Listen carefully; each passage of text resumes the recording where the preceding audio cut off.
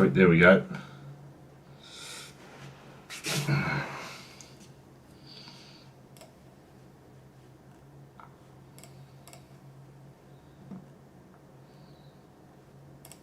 Sweet. I'll just get both of you just to talk just as one final check. Yo. Mark? Aye. Alright, cool.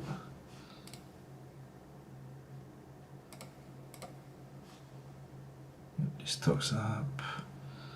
Yep, sweet. All that audio's up. Sweet as.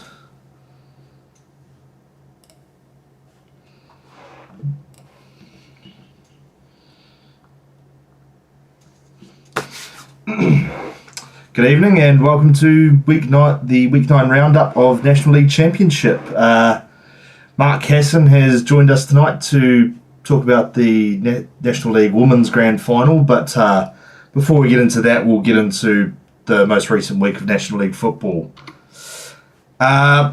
Upsets across the board that have completely opened up the race. To start off, Olympic losing it at the end 3-2 against Christchurch United. At home as well. You cannot literally script this league any better for a grandstand finish. You can't script it. Olympic scored quite early on, I'm pretty sure, in that game. And I thought, okay, they're home and home. Christchurch United hit back perfectly well. I think it was Joel Stevens with a lovely free kick. For one of the goals, and like Christchurch United just were hurt, and credit to them, they deserved all 3 points in the end. Yeah. Anything to add, Mark? I feel like it's always one of those things where you don't know what's going to happen in football, and that's why I'm always that person that you just wait till the game starts because you can never predict the result. It's all this yakking that goes on between two different sides, and yes, it's an Olympic 2 days, and then Christchurch United just came in away from them. So, like you say, read that to open the door these last few rounds. So we'll see how all the other results pan out. Yeah, and speaking of opening the door, Auckland City look like they could sneak in after a 2-0 win over the Phoenix Reserves. Nico Boxall and Mario Illich, who scored a great rocket into the roof of the net, I believe it was. Yeah, I went to this game at Kiwi Tier Street, and it's a lovely field, lovely facilities. Phoenix Reserves looked quite timid in their first 45. They were making way too many passes, in my opinion, and not going forward enough to try and hurt Auckland City where it hurts. But like, credit to Auckland City, man, like, they are hitting the top of their form when it matters. Yeah. And it's right here, right now. Anything to add, Mark? Nah, not on this one. I actually didn't watch this game. I missed it completely. But Fair enough. I think it was on at the same time as the Olympic Christchurch game. So, it's like I said, yeah, it's one of those things where, Auckland City now look like they can sneak in when it comes to final 2 race. So it's going to be a tight one, I think. So see what happens after these round of results. and then probably the biggest upset of the week, Coastal Spirit 1-0 over Western Springs. I had Coastal completely written off here. I thought this was going to be a walk in the park, crazy 3 points for Western Springs. They'd all but sealed their place in the grand final. But Derek Tiku had other things to say about that. The funny thing is that literally last week we were talking about how funny would it be if this could happen. And we were talking about it could happen because it's football. It happened. Well and truly, and I mean, Coastal was so good. They must have had a game plan going into it. Because they were phenomenal. Yeah. Do you know, look, I'm going to tell you one thing. There's always, sometimes teams win games, not because of events that happen on the field, because of the presence and the aura of certain players. There's one player that played, he started, and that is New Zealand's Lamine Yamal Nick Pepe. Not to bring him into this conversation, but literally, if you're looking at it from the sideline and you go, "Cool, Nick Pearson starting," that's an easy coach. No, Of course. How could I forget? How could we forget about Nick? How could we forget about him?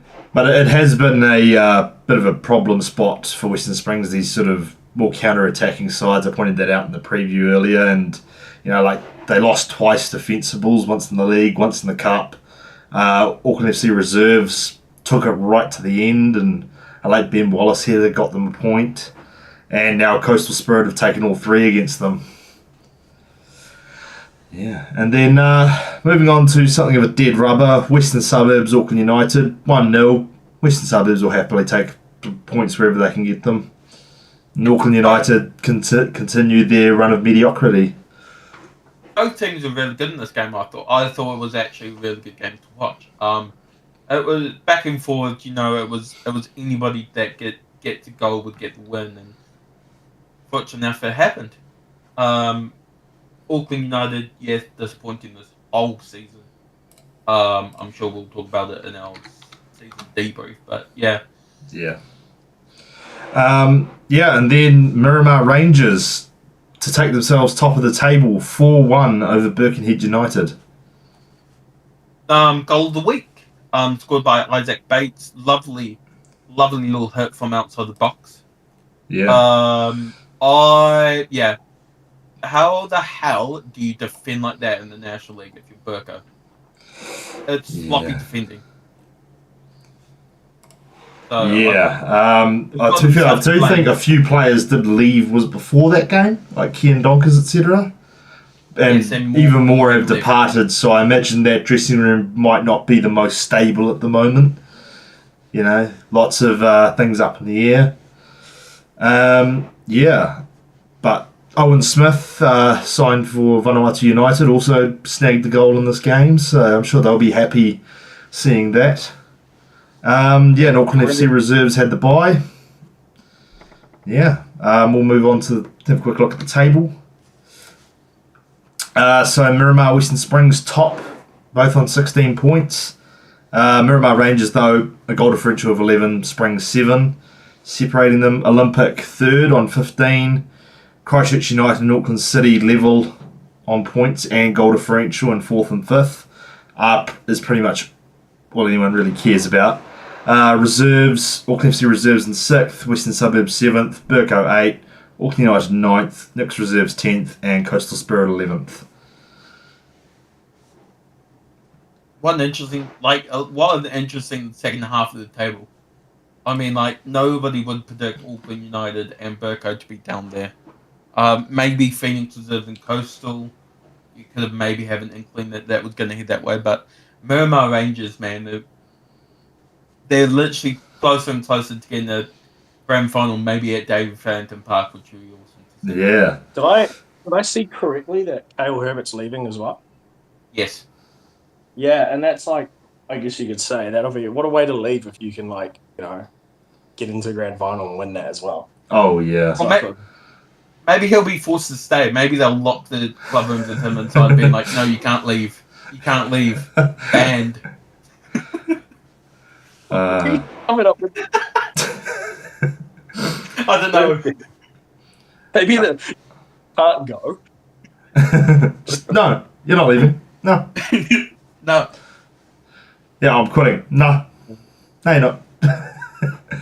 But yeah, Christchurch United pretty much mathematically out of the race due to Springs playing Auckland City, Miramar playing Olympic, and if any of those teams get points, which mathematically one of them has to, then they're out of the race. So yeah.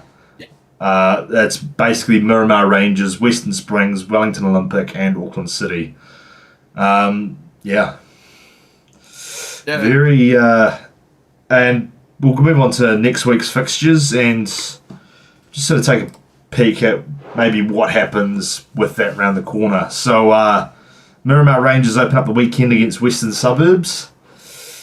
Definitely a bit of a tripping hazard, I feel, for Miramar. Western Suburbs have shown they're capable of pinching points when inconvenient for other teams. Seb Barton Ginger's also in the race against Martin Bueno for the Golden Boot. And yeah.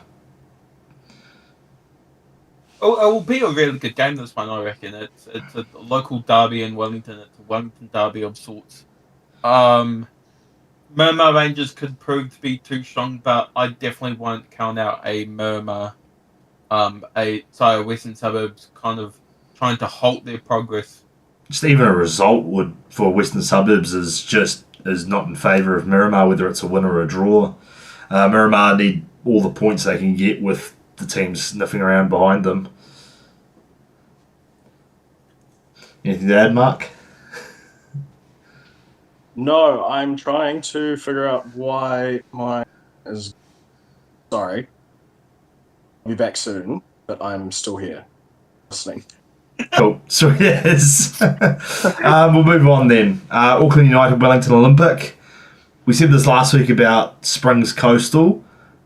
Away from home, should be getting 3 points, but maybe there's a bit of doubt there. Could this be a tripping hazard? The ultimate tripping hazard that could see Olympic not make the final. I mean, another cancelled flight, and who knows, maybe it could be a tough fix. You know, they struggled with those travel issues after Auckland FC reserves, and something similar happens, could see them up in a similar position. And Auckland United will be up for this because it's pretty much a full club day for them at Keith Hay Park with the grand final that we'll touch on later on. So it could be a bumper crowd at Auckland United this weekend. Yeah, and then I'm back. Feel free to step in and. Feel free. Sorry about that. You made your press in stone. So just on, I think like literally in that sense, you know, it's always going against Western Suburbs, always put a fight all the time. So it's one of those things. Miramar really they want to claim that, and then on Auckland United versus Wellington Olympic, particularly Wellington Olympic need to win. In that sense, they'll be coming up with all guns blazing, and you know what they're like when they come in all guns blazing, literally are there to like destroy. So that's something that we'll be looking forward to watching.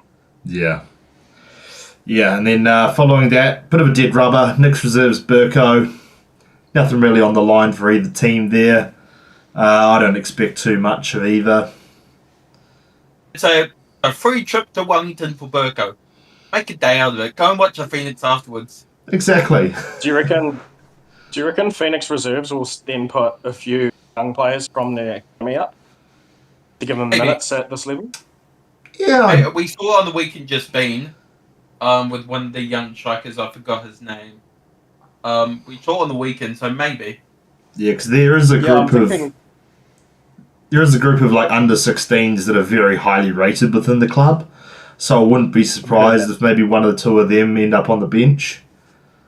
Maybe like Ryan Watson, I think it was playing last week, who was at the under 17 World Cup. Yes. Yeah. So maybe another one or two that were part of that squad we see get a few minutes for the reserves. Yeah, and then the Oceania Pro League derby, Christchurch United versus Auckland FC reserves. I'm not going to comment on it, remember. No, that's fair. I'm just. Don't worry, we're not going to stick you for information. We're just having a little bit of banter in here. Christchurch United need 3 points. Yeah, and we've seen what happened. Auckland FC reserves, I could see putting up a fight. Vasilic will be probably going back down now that Hall's suspension is over, and McKinley has also been dropped back down, and there was one other, Adama Koulibaly as well. So only issue I see is up front for Auckland FC. The only striker options are James Taylor, who isn't very good, unfortunately, and Ben Baldoni, who's still pretty young and pretty raw. So, yeah, it'll be interesting to see where exactly the goal is going to come from for Auckland FC reserves. Yeah, and Christchurch will, no matter what, will want to see off the season on the high. Obviously, they've got the bye next week. Yeah. So they'll want to see themselves finishing up on a high. And hoping for the following weekend that they can at least make the grand final, which could happen. Yeah. Maybe I'd have to do the finer details of the math, but I think they are basically mathematically out. Like, because if any team picks up points within that top four who all play each other over the next 2 weeks, then they're as good as out. And yeah, speaking of mathematically cutting them out, Springs versus Auckland City. This is game of the round for me. I reckon it's going to be absolutely. A draw will do nothing for either team. Yeah, that's what I reckon. Like, if teams need a win here, there's a lot at stakes. I think the funniest possible outcome is this game ends a draw. Then the week after, Miramar versus Wellington Olympic also ends in a draw, just completely cancelling out those results. Yeah. Yeah. After that loss to Coastal, I reckon Springs probably get a bit of a kick up the arse. With that's the thing, you look at Auckland City's lineup, you look at their back line of Gray and Boxall. It's a very handy team. Illich, Vandenheide. Professor, he's the one that's getting the social media engagement. Similar to Nick Petherick. Do that again. Sorry, Nick. Just seen every time I see Auckland City's post, it's always about Christian Gray and it just blows up. It's funny. I feel like the one thing that could bring Springs home is the home crowd advantage, because when that balcony gets rocking, it gets rocking. Yeah. Only issue with that is maybe do you lose a few with Auckland FC kicking off an hour later? We'll have to wait and see what happens with that. But I think it's kind of the same issue Springs have come up against, being a very possession-based side where they look to get high up the pitch with the ball, and then a team like Auckland City probably wouldn't mind just going, all right, cool, sweet as. We've seen Olympic do it, We've seen Auckland FC Reserves do it, we've seen Coastal do it.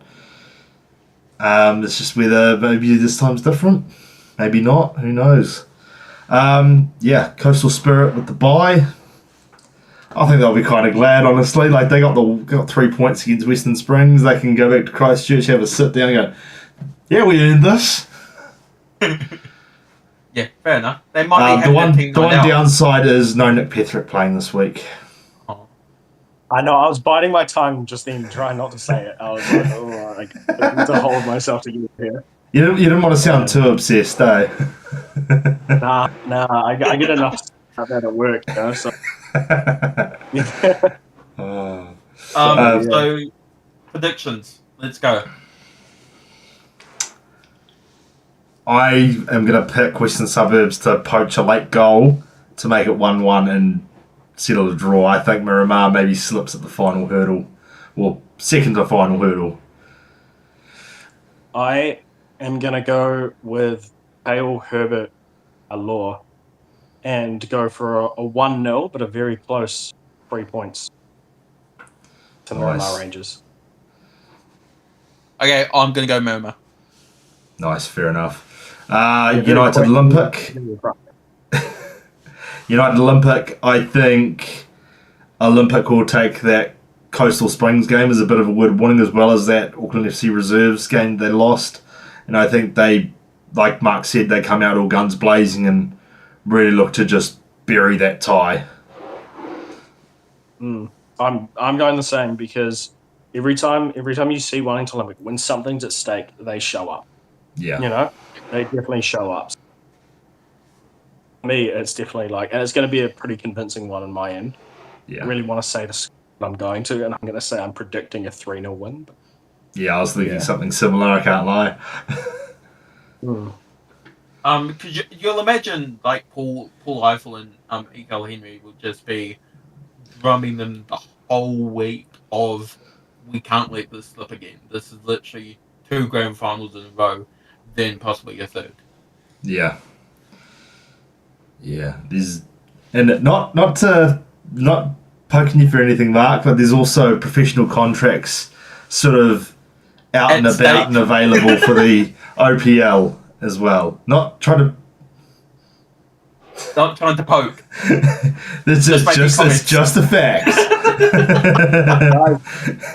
I had some really good fish and chips for dinner, and I'd like it stayed in me, and I didn't have to. It's Right. Next one. Nick's reserves versus Phoenix. Burko. I'm gonna go a draw. Okay, I'm going to get ultra hate for this, by the way.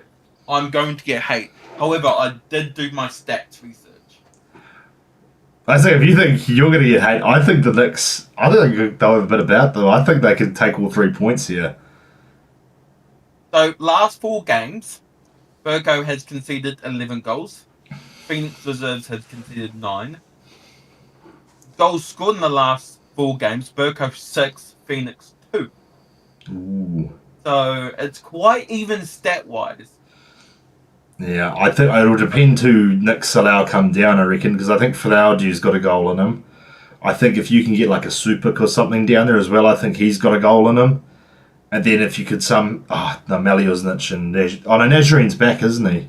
Nazarine's back, yeah. So I think you could probably sneak a Sloan Rodriguez and a Walker down there as well. Especially against like a poor defense like Burko. At home as well, so it's not going to be tough for those players to, travel. Once the flight will be quite early. I don't know what time the flight is, but I presume it's quite early. So, it'll be an interesting game. I'm going draw. You're going Phoenix. Yeah. Mark, what are you going to do? You're going Burko?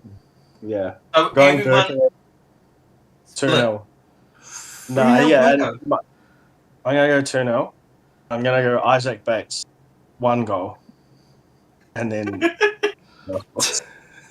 Someone will find the other. No Donkers, no Susky, no Golding. No, I'm just... Here's my reasoning. I still think Greeny's got a couple of youngsters out. Yeah. That's what I still think. And while the good thing about it is if they do lose, it's not really about the result. I think it's more about how they play with the reserves, and I think it's the same with Auckland FC reserves. I don't think either team are like they're literally just developing players, and that's kind of how I see it. And I feel like don't know for certain. I could be wrong. I could like a complete split. I do think there will be a couple of youngsters that'll come in and have like bucket loads of potential, but are being introduced for that reason. There's nothing to play for. Yeah, I think Burko will win it. I think it'll be a high-scoring affair. I think, like Gold, Danny touched on, 11 goals in 4 games conceded for Burko. I think there's goals up for grabs on either side. And, I think it's basically going to be the classic case of who scores more. But not necessarily in the 1-0 way, but like a 4-3 or something, I think it's going to end up being. What could be a thriller? 4-3 thriller. Yeah, I think, no team has anything to lose. Might see a few players just, let the old rocket off, and next thing you know, top bins. There's quite a few talented players across the board in those teams. So, yeah. Get it in the midfield. If any players are listening, if you get it in the midfield, just hit it. Yeah, I'm looking at you, Lachlan Candy. You've won a few goal of the weeks, if I'm not mistaken. Like, go get another. I want to get a halfway goal at some point this season. Let's try and get one tomorrow. That could happen. You never know. Yeah, probably a good shout for that would be the next game, Christchurch United, Auckland FC Reserves. Christchurch United praying for a miracle. Auckland FC Reserves, second best team defensively in the league. Like, I could see them knuckling down here and, getting in the way of Christchurch United in a similar way that, I could see Suburbs doing it against Miramar. It would be an interesting one because I think Christchurch in patches have been brilliant this season. I think they've been one of the best teams in the competition. However, in patches, Christchurch United have been poor. Yeah. So it's just whether they can get consistent for the whole game is going to be the main issue. Cobain brings up a good point. McKinley might have that halfway goal in his locker for you, especially after that strike last week. That beautiful strike. What a strike. Oh yeah. So yeah, it could be. I'm gonna go in favour of Christchurch United. Shock. I think there's a few Auckland FC boys there that are because the OPL team, again, not poking anything at you, Mark, there's a few spots there for some of those younger lads available, so I wouldn't be surprised if a few of them, like Sam Lack or Ralph Rutherford, are pushing for that and maybe a scholarship contract on top of that. Semina Benu would be another one. Great point by Younghart. Great point by Younghart. Yeah, very, very good point by Younghart there. And then game of the round, Western Springs, Auckland City FC. I'm looking forward to this one. I'll watch it because I'm not going up to Auckland FC. I know exactly what's going to happen. It's whatever the opposite of what I say. Because that's just how it's been with Springs. The moment, every time I flip on Springs, they flip back the other way. So, you know what? I don't want to see Auckland City in the final, so I'm going to pick Auckland City. Auckland City to win it. I'm going to go Springs. I just think at their place on turf as well. It's probably going to be a stinking hot day knowing Auckland. So yeah, I'm gonna go Springs. I'm going 2-1. I'm going 1-1 draw. Nice. I really want to see a 1-1 draw just for fun. That's literally what I want to see. Just throw a spanner in those table works. Last day. A boy nil-all draw. A nil-all draw. Yeah, and then Coastal Spirit got 3 points off on the bye. They'll be happy as Larry with that. Yeah, and then moving on to the National League Championship Women's Grand Final between Auckland United and Eastern Suburbs. Mark will segue into that for us. Yes, just for context, if you don't know what I did this season, I was working at Eastern Suburbs for both the men's and the women's. So, that's, just this is why I know this. We'll go through. I didn't know how to word that. We'll go through results like the National League so far. There's a couple of the road to the final, both Auckland United and Eastern Suburbs. A couple of high-scoring results. So in round 1, we'll go for Auckland United first. They beat Harry Pride 8-0, and in round 2 they came up against Eastern Suburbs with a 1-1 draw. Round 3 it was 10-0 against Central Football. Round 4 is 4-1 over the Wellington Phoenix Women's. Round 5, 1-0 over Rangers. Round 6, 3-0 win over Petone. Round 7, it was a 2-0 win over Springs. Round 8, 0 win over Southern. Round 9 was a 1-0 defeat to Wellington United. First in a while, if I'm not mistaken, too. Yeah, it was the first in a while, and also in like the mix, they were also in the Club World Championship for the women's side, a brand new FIFA tournament. So, been a long year for them. And for Eastern Suburbs, basically round 1 was a 9-0 win over Central. In round 2, like I said, 1-1. 3, a 3-2 loss to Wellington United. Round 4 was a 5-0 win over Pride. Round 5 was 2-1 win over Spring. Round 6, 2-0 win over Southern. Round 7, 1 win over the Phoenix Academy. Round 8, 0-0 draw with West Coast Rangers. 3-0 win over Petone. Tomorrow's match is being played at Keith Hay Park. 6 p.m. kickoff. Both sides have players injured in that sense, throughout the season. I think the biggest one for Auckland United was Saskia Voss. ACL injury. I literally was at that down at Centre Park. That was when it happened. Scary to hear and everything, Yeah. You could tell Saskia was in a lot of pain. Auckland United do have a pretty stacked team. There's obviously Chloe Knott, Ava Pritchard, who had A-League experience, as well as a couple of others as well. It'll be interesting to see how they come about, but Eastern Suburbs throughout the winter season started off quite slow, and then a change of coach set them on track, essentially, and a few key signings for the National League season, which include Karina Brown, who is a Lily Whites legend, and Rebecca Van Dort as well. So them have been additions to the side. And Elite was there for a little bit as well. Elite came, everyone thought we were going to play around. Hibiscus Coast was playing around. Yeah. They signed her. But when I had to put out that signing announcement, I was like, letting everyone know, by the way, she's playing in goal. He's a goalkeeper. To clarify that. Yeah, I was like, why do I have to clarify this? It's quite funny. So, Are like, oh yeah, you gone? yeah, I was just going to say, I think Easton's, like, it's the game of the two titans in New Zealand football for the women's side, with Auckland United and Eastern Suburbs. It's a double header, I'm pretty sure, at Keith Hay Park as well. So the men's first and then the women's. Yeah. Men's kick off at like 2:30. So it's a completely interesting. I reckon it's going to be a tight game.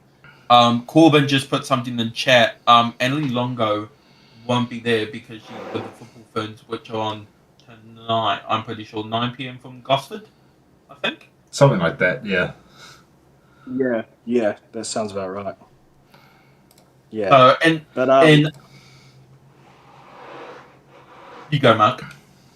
I was just gonna say, when it comes to, because I know Eastern Suburbs squad quite well because I was working there. There is a lot of firepower in that front line. Like you've got O'Brien, who came back from 3 years of being injured, and she's the one who scored 2 goals in that 3-0 win. You've got Ella Finlay, who's just been an absolute like weapon in that kind of like 10 role. And then you've got a couple of others like Thema Nassau, who's a Fijian international. You got Vicky Neufeld, who scored, I think it was, quote me if I'm wrong, 19 goals in the NRFL women's season. Not bad. She's literally scored some absolute worldies as well.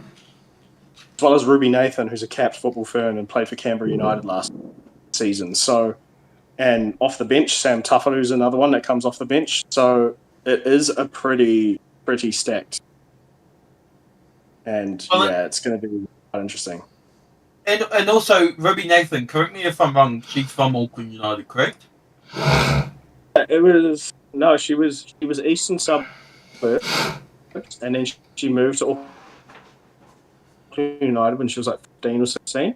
And then she went from Auckland United to Canberra. I think I don't know if I'm wrong. Hopefully I'm correct here. And then she went back to Suburbs.